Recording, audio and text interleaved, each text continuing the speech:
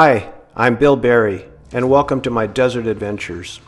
On August 12, 1943, a B-24 bomber, number 427122, took off from the Blythe Army Airfield at 10 p.m.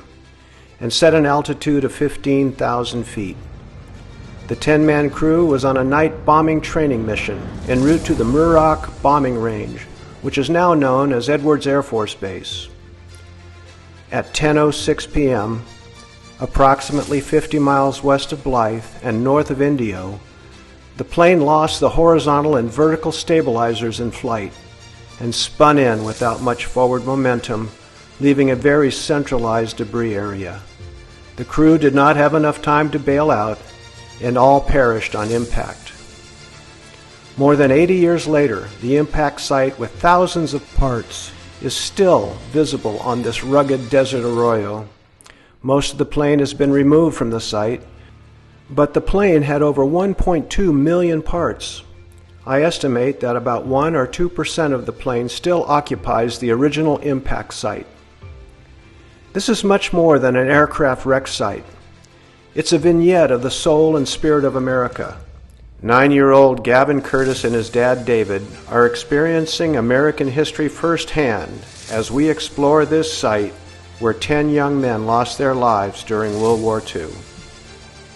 Melvin Steely, flight engineer. Sergeant Ross Hill, radio operator.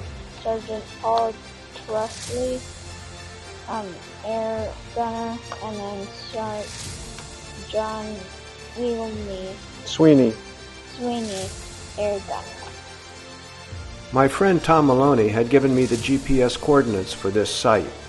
Before I could take David and Gavin out there, I had to find it, and so my buddy Robert Marcos and I drove as close to the site as we could with the truck and then hiked in. We've got a little of everything. We've got melted aluminum, we've got small motors. Yep, small motor parts. Nice little servo. Yep. Look at this shielded, I'm guessing, fuel line. Could be. Really solid. Yeah. Steel, twice wrapped. Yeah. 18,500 B-24s were manufactured between 1940 and 1945, including 8,685 manufactured by the Ford Motor Company. The B-24 holds several records, including the world's most produced bomber, the most produced heavy bomber, the most produced multi-engine aircraft, and the most produced American military aircraft in history. At one point, the Ford Motor Company was producing one B-24 an hour. This plane had 1,250,000 parts, and the Willow Run plant in Michigan was the largest facility of its kind in the world. So this is one of the bailout bells from the plane. If the pilot or the co-pilot knows that it's a hopeless cause, they'll ring these bells that are located throughout the plane, and every crewman knows to grab his parachute, hook in, and bail out. And the pilot and the co-pilot would wait until everybody had left the plane, and then they would go. These guys just did not have time. No. They may have rung the bells, but nobody had a chance to get out. This site tells quite a story, and the leftover parts give us great clues. So I found two 50 caliber brass shells that exploded during the fire. Here's one of them. My God.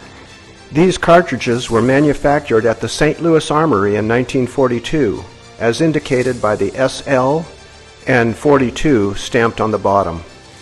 We found the remains of many types of buckles, including seatbelt buckles that strapped the crewmen to their seats. This is one of many portable oxygen tanks found throughout the plane. Canvas belt buckles were found in many different locations. And we found a number of heater control units that kept the flight suits warm for the different crew members.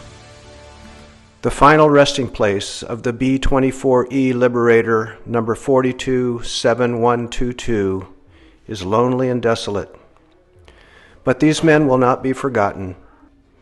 As long as young people like Gavin Curtis are able to experience this important part of our American history. Join us next time as we continue our search for important American history and beautiful natural wonders.